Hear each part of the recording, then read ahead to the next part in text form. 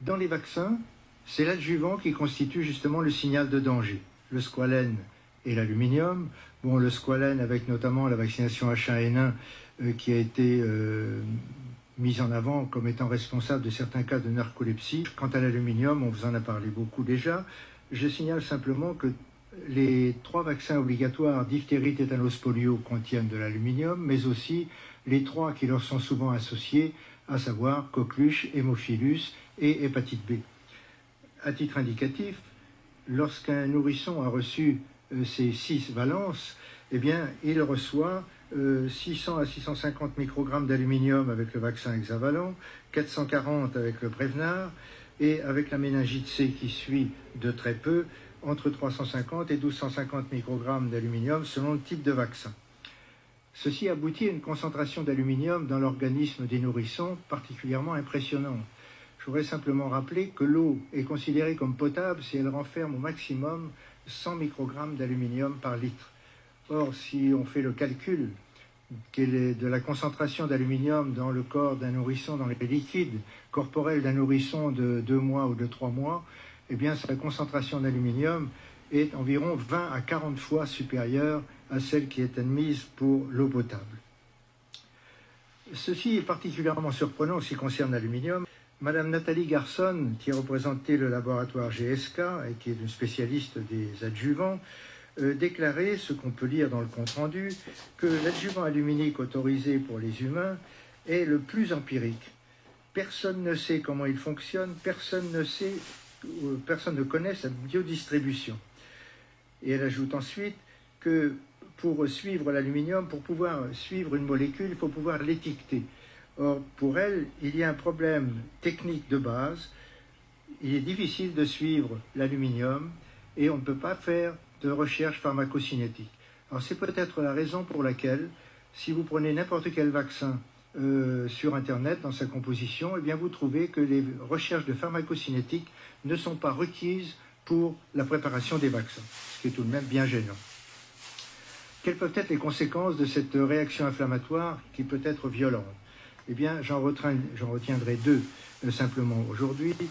2 points, je crois, très importants. C'est d'une part le syndrome du bébé secoué et d'autre part la mort subite du nourrisson. Lorsque la réaction inflammatoire s'enclenche, eh bien, il y a libération de toute une série de substances agressives, des prostaglandines, leucotriènes, histamines, etc., qui vont provoquer un afflux sanguin dû à la dilatation des vaisseaux sanguins et également une augmentation de la pression intracrânienne avec gonflement des fontanelles. Eh bien, ces manifestations sont celles que l'on observe dans le syndrome du bébé secoué.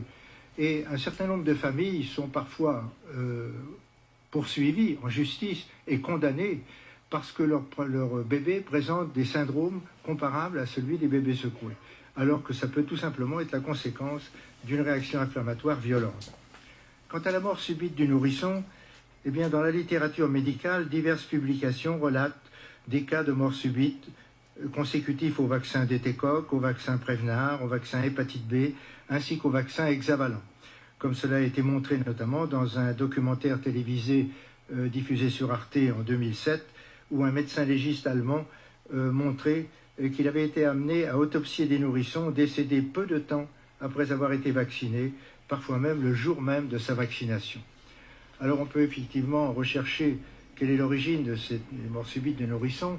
Eh bien, dans un congrès sur la mort subite des nourrissons, un chercheur a déclaré que l'origine de ces morts subites peut être recherchée dans la maturation du système neurovégétatif, en particulier dans la période périnatale, où il y a une sécrétion importante de neuropeptides qui ont une propriété de sédatif puissant, qui peuvent amener des apnées, et évidemment une apnée prolongée pouvant conduire à la mort.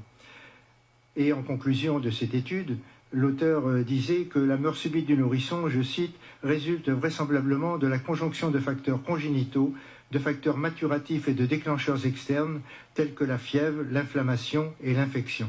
Or, nous avons là les critères de la réaction immunitaire innée, la vaccination étant une infection, même si elle est atténuée, l'adjuvant déclenche la réaction inflammatoire et la fièvre qui l'accompagne.